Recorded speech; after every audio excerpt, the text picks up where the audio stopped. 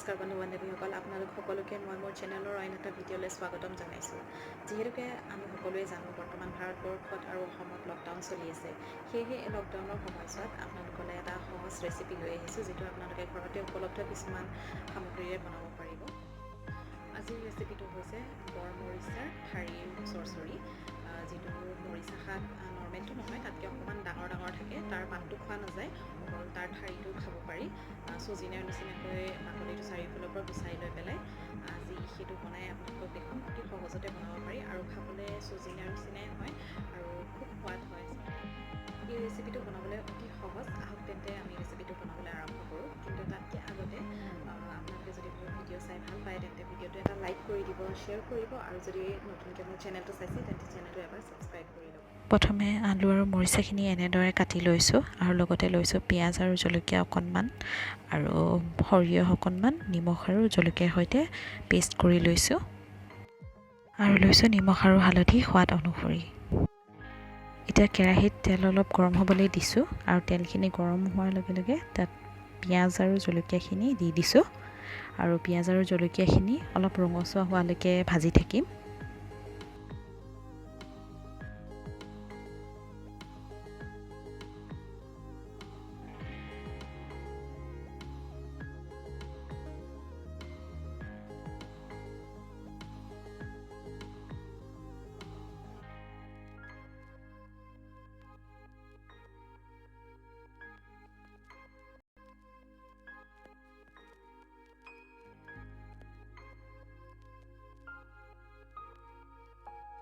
এতিয়া পিঁয়াজখিনি ৰঙচুৱা হৈ আহিছে আৰু এতিয়া তাত মৰিচা আৰু আলুখিনি দি দিছোঁ আৰু মৰিচা আৰু আলুখিনি এনেদৰে দি অলপ সময় ভালদৰে ভাজি থাকিম।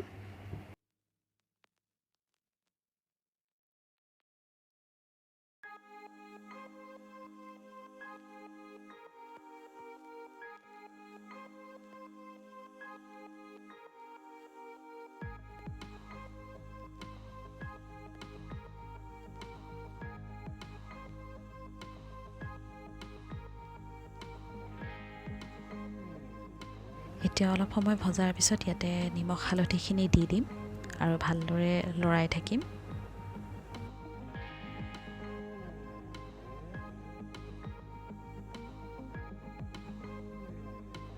আৰু এনেদৰে প্ৰায় 15 মিনিটমান লৰাই লৰাই ভাজি থাকিব লাগিব।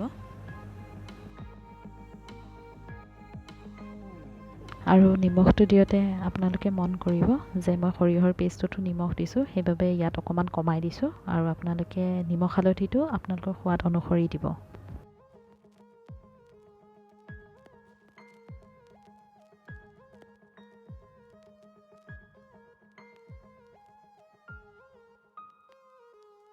এতিয়া প্ৰায় 15 মিনিটমান হৈ গ'ল মই এনেদৰে ভাজি থকা আৰু এতিয়া মৰিচাখিনি আধাতকৈ বেছি সিজি উঠিছে, সেইবাবে আধাতকৈ বেছি সিজি উঠাৰ বাবে এতিয়া ইয়াত মই সৰিয়হৰ পেষ্টটো যোগ কৰিম। আপোনালোকে মন কৰিব যে সৰিয়হৰ পেষ্টটো মৰিচাখিনি আধাতকৈ বেছি সিজাৰ পাছত যোগ কৰিব, নহ'লে মছলাখিনি সৰিয়হখিনি বেছিকৈ জ্বলি যাব ভাজি ভাজি আৰু আপোনাৰ মৰিচাখিনি আৰু আলুখিনি নিসিজিব।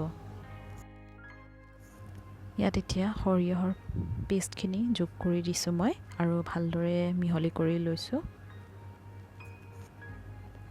আৰু অলপ সময় এনেদৰে ভাজি থাকিম।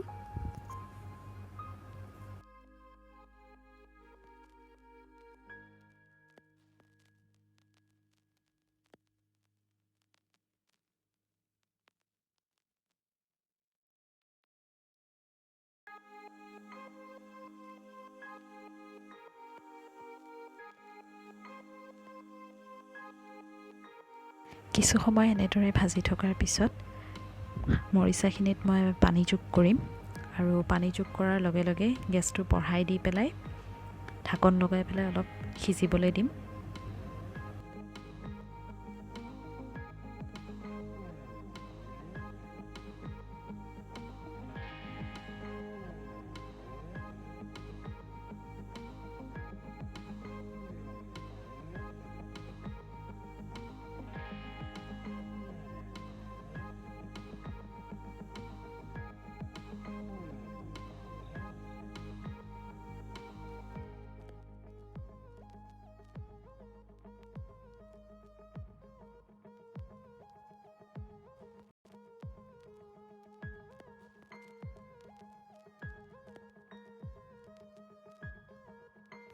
এতিয়া মৰিচাখিনি সিজি উঠিছে আৰু আপোনালোকে দেখা পাইছে অকণমান পনীয়া পনীয়া হৈ আছে, কিন্তু যিহেতুকে চৰচৰি বনাইছোঁ আৰু অকণ গোটা হ'ব লাগিব, সেইবাবে আৰু অলপ সময় মই মৰিচাখিনি সিজিবলৈ দিম।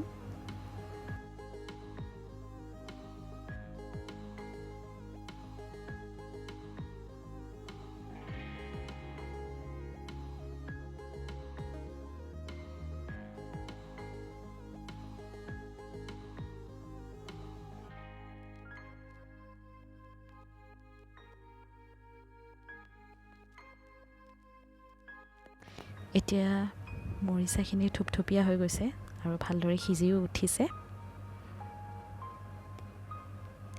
এতিয়া মৰিচাখিনি গেছটো অফ কৰি নমাই থ'ম আৰু গৰমে গৰমে পৰিৱেশন কৰিম। আৰু মৰিচাৰ চৰচৰিৰ বাবে আমাক একদম এইটো কনচিষ্টেঞ্চিয়ে লাগে, তেতিয়া খাবলৈ সোৱাদটো বৰ ভাল হয়।